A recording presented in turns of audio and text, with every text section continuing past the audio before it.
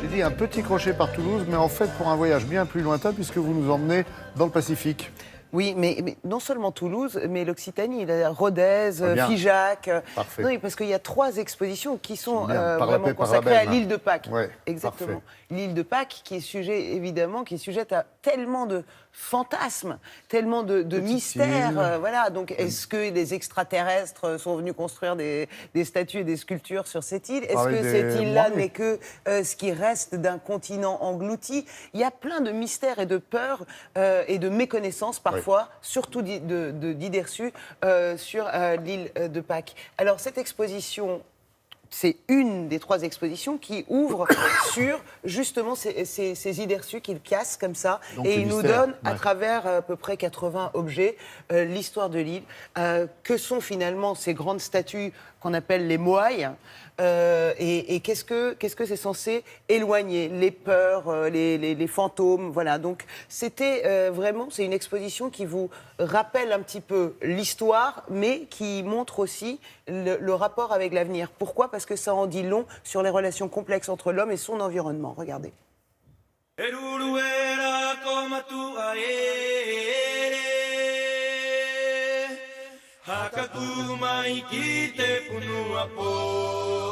L'île de Pâques, en fait, il faut imaginer, c'est une sorte de petit caillou. C'est un caillou au milieu de l'océan Pacifique. C'est pas plus grand que l'île d'Oléron. Donc vous imaginez aller découvrir cette île à plus de 3500 km des côtes les plus proches.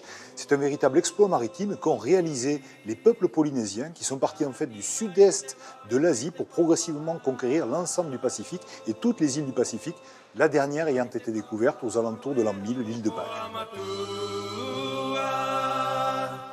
Dans les années 1980, le Muséum de Toulouse avait acquis des objets personnels de Pierre Loti. Pierre Loti, en fait, le grand écrivain, a été aussi un navigateur. Il avait embarqué à bord d'un vaisseau, le Flore, qui a fait escale en 1872 sur l'île de Pâques, d'où il a ramené à la fois des écrits, des dessins et quelques objets qui sont le noyau de nos collections. Et c'est à partir de ce petit noyau que nous avons décidé de consacrer une exposition à l'île de Pâques.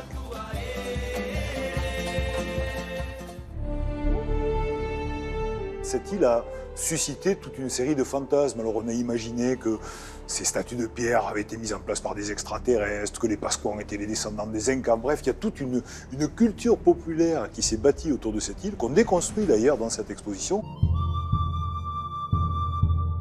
Alors ces statues en fait sont ce qu'on appelle des moailles. Alors certaines d'ailleurs avaient des yeux qui étaient réalisés en corail et ces moailles avaient toujours le dos tourné à la mer et regardaient vers l'intérieur des terres et en fait c'était des figures divinisées d'ancêtres et qui étaient donc là d'une certaine manière pour intercéder entre l'au-delà et les gens qui vivaient sur l'île. Il n'y a pas que ça sur l'île. Il y a tout un travail extraordinaire qui a été réalisé sur un bois, en plus qui est le taureau miro, qui est un bois très très particulier, qui est endémique de cette île, avec donc des statues en bois d'une pureté de ligne fantastique, comme par exemple la statue bicéphale que nous a prêté le musée de La Rochelle. Et puis un des derniers grands mystères qui reste sur cette île, c'est en fait ce que l'on appelle les tablettes rongo-rongo. Cette écriture sur des tablettes de bois, on n'en connaît que 25 dans le monde à l'heure actuelle, écriture qui d'ailleurs n'est toujours pas encore déchiffrée par les meilleurs spécialistes. L'idée, effectivement, c'était de rendre hommage aux Pasquans à travers aussi l'histoire douloureuse qu'ils ont connue. Ça a été une histoire très longue, très pénible, entre les colonisations, les déportations, les maladies qui ont été importées, le fait qu'ils aient été parqués dans leur village du temps où l'île était louée à une compagnie minière. Et puis aujourd'hui, cette fierté pasquane qui se revendique et les Pasquans qui veulent aujourd'hui reprendre en main leur véritable destin. Vous avez remarqué comment on dit les habitants de l'île de Pâques? Oui. Les Pasquans. Et les Pasquans ont énormément contribué pour construire ces expositions, ces 3 expositions. Il y a des objets qui n'avaient jamais été présentés. Donc c'est vraiment, on a dit d'ailleurs de ces 3 expositions que c'était d'intérêt évidemment national par le ministère de la Culture. Donc si vous avez l'occasion, vous êtes en Occitanie ou pas très loin, allez au moins soit à Toulouse, soit à Figeac, soit à Rodez pour aller découvrir ou redécouvrir l'île de Pâques. En tout cas, à Toulouse, ça se passe jusqu'au 30 juin. Voilà. C'est ça, jusqu'au 30 juin pour Toulouse, et après vous vous renseignez. Mais Au c'est bien Muséum d'aller de Toulouse, sur c'est les ça. 3 sites, c'est bien. Oui, vous êtes à côté, allez-y. Ouais, allez-y, Okay. et puis ça vous fera visiter un petit peu la région C'est ça. et le coin. Merci beaucoup, Sarah. Merci.